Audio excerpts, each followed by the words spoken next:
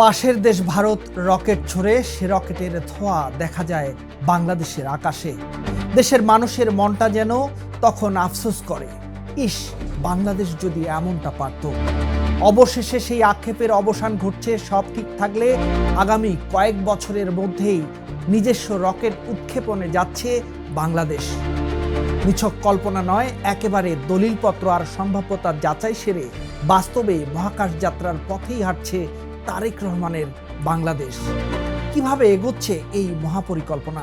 কোথায় হবে বাংলাদেশের নিজস্ব স্পেস পোর্ট? চলুন জেনে নেই আজকের এক্সপ্লেইনারে।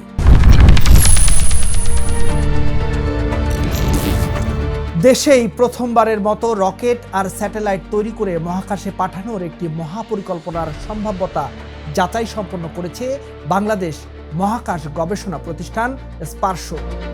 পরিকল্পনা বাস্তবায়ন হলে চাঁদপুর বা শরীয়তপুরে গড়ে উঠবে রকেট আর স্যাটেলাইট তৈরির কারখানা, আর পটুয়াখালীর কুয়াকাটা থেকে ছোড়া হবে সেই রকেট। লক্ষ্য ঠিক করা হয়েছে 2041 সাল। সব ঠিক থাকলে সেই বছরের মধ্যেই দেশের মাটি থেকে প্রথম রকেট উৎক্ষেপণ করতে যাচ্ছে বাংলাদেশ। গত বছরের 4 সেপ্টেম্বর পরামর্শক প্রতিষ্ঠান ডিডিসি অর্থাৎ ডেভেলপমেন্ট ডিজাইন কনসালটেন্টস লিমিটেডের সঙ্গে সম্ভাব্যতা যাচাইয়ের চুক্তি করে স্পারশো। এরপর থেকেই নিরলসভাবে চলছে সমীক্ষার কাজ। আর গত রোববার রাজধানীর আগারগাঁওয়ে স্পারশোর কার্যালয়ে এক কর্মশালায় গর্বের সঙ্গেই উপস্থাপন করা হয় সেই সমীক্ষার চূড়ান্ত খসড়া। সরকারের সবুজ সংকেত মিললে 2027 সাল থেকেই শুরু হয়ে যাবে প্রকল্পের কাজ, অর্থাৎ হাতে গোনা কিছু বছরের পরই বাস্তবে রূপ নিতে শুরু করবে এই স্বপ্ন। এই কর্মশালায় ডিডিসির প্রধান পরামর্শক অধ্যাপক মোহাম্মদ আতিকুজ্জামান একটি অত্যন্ত আশাব্যঞ্জক তথ্য দেন।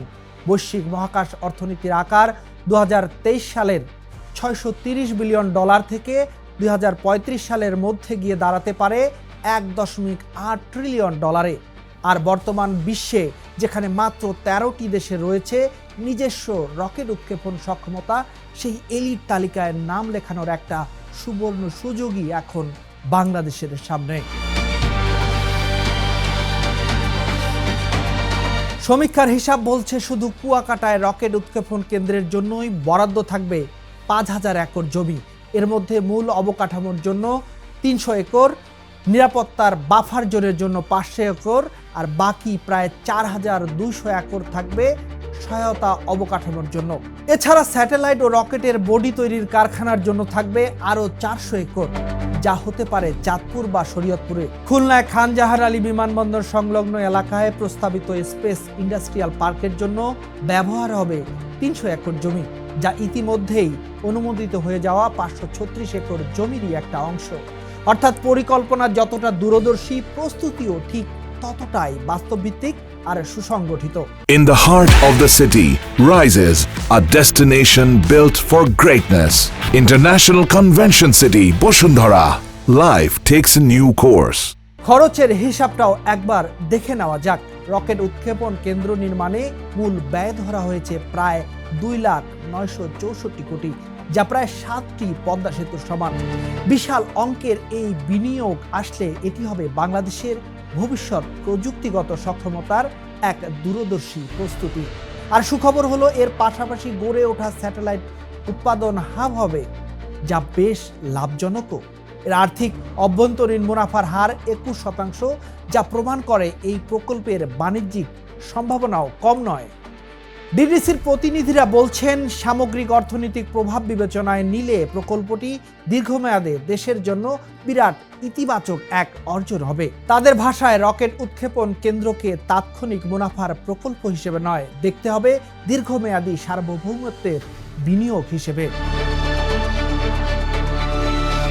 স্পারশোর প্রধান বৈজ্ঞানিক কর্মকর্তা মোহাম্মদ নূর হোসাইন শরীফের ভাষায় এটা হচ্ছে একটা রিসার্চ।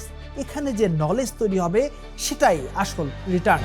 তার মতে স্বল্প মেয়াদে সরাসরি আর্থিক মুনাফা না দেখা গেলেও দীর্ঘমেয়াদে এই বিনিয়োগ বিভিন্ন খাতে সঞ্চিত হয়ে বহুগুণে বাড়িয়ে দেবে দেশের সার্বিক প্রযুক্তিগত সক্ষমতা।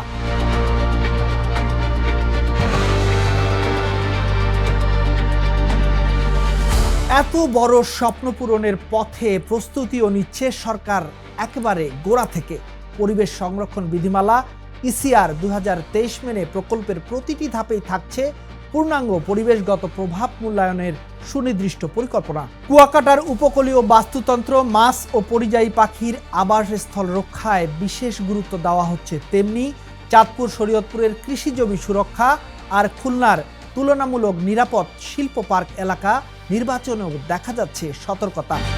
3 স্থান মিলিয়ে 5 বছরের পরিবেশ পর্যবেক্ষণ ও সুরক্ষা কার্যক্রমে বরাদ্দ রাখা হয়েছে 8.5 কোটি টাকা, যা প্রমাণ করে উন্নয়নের পাশাপাশি প্রকৃতি রক্ষাতেও সমান মনোযোগী পরিকল্পনাকারীরা।